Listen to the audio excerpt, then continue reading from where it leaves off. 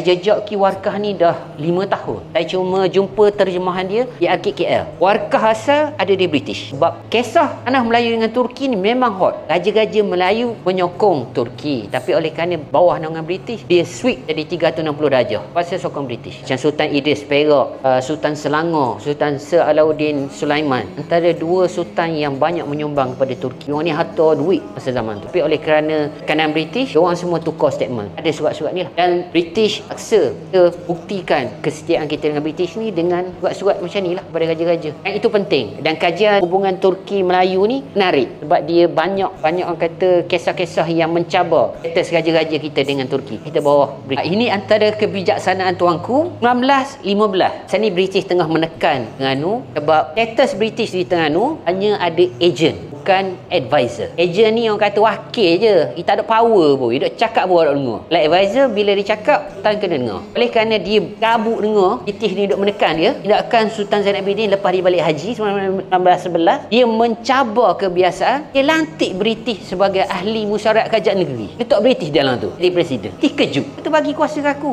Ini kata kebijaksanaan tuanku. Dia lantik British agent di Terengganu sebagai majlis musyawarah negeri. Satu kalau kita exco lah. Boleh cakap lah. Tapi British kejut nakkan tuanku. Sebab dia tidak ada kuasa, tiba-tiba dibagi duduk dalam exco. Tapi dia tak ada kuasa. Jadi champion lagi dalam exco. Kerajaan negeri. Dia tak kuasa. Dia macam Pak Tung lah. Itu kehebatan Tan Zainal Abidin. Kemudian, oleh tindakan yang tuanku buat ni, kuasa dia tarik diri lah. Dia kata, buat benda duduk dalam exco. Tak power. Itu game dia. Bijak. Bermasanya ajar Tuhan tu dah sampai.